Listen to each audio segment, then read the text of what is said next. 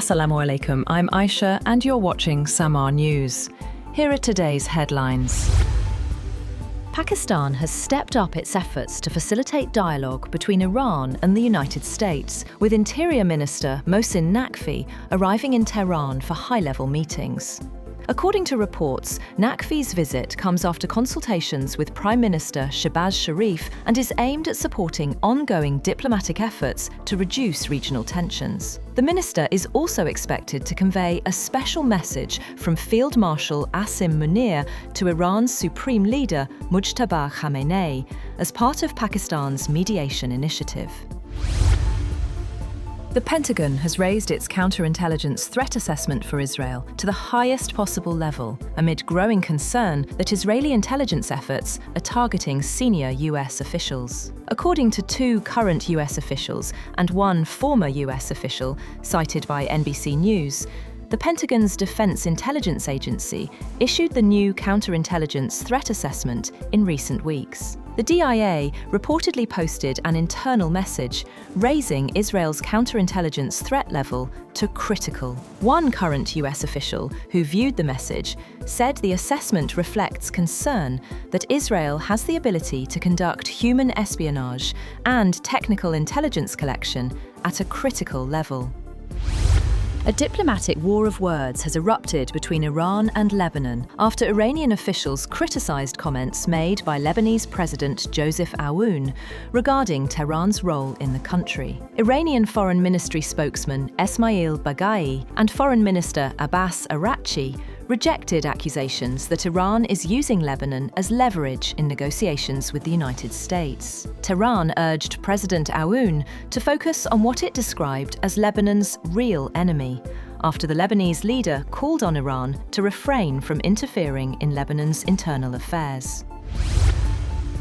The US military said its forces have struck Iranian coastal radar sites after shooting down drones launched by Iran toward the Strait of Hormuz, in the latest escalation complicating efforts to end the war between the two countries. A US official told Reuters they believe the 4 Iranian drones were targeting regional maritime traffic. Iran's Revolutionary Guard Corps said it had targeted US bases in the region with missiles in retaliation for US strikes, and fired on 4 tankers attempting to cross the strait without its permission.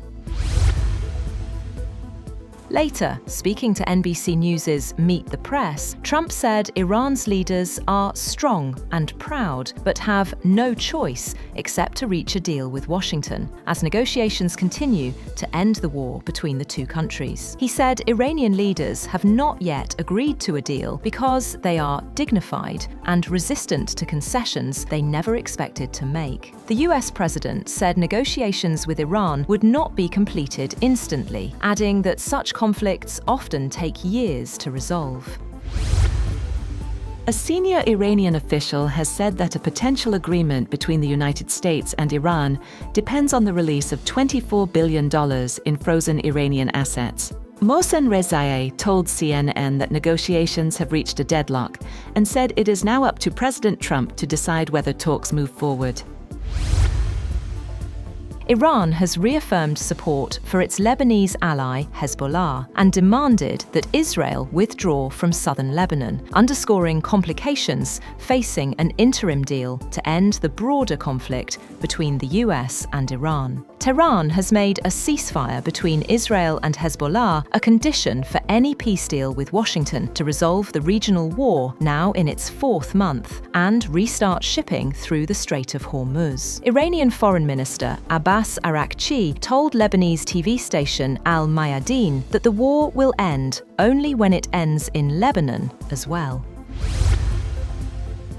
The United States has approved a potential $1.98 billion arms sale to Kuwait, including advanced counter-drone systems and related equipment. In a statement, the US State Department said the package includes systems, equipment, and support services designed to detect, track, and neutralize unmanned aerial vehicles. In a separate announcement, the US State Department approved the possible sale of 5 MH-60R Seahawk multi-mission helicopters and related equipment to New Zealand in a deal valued at approximately $1.5 billion.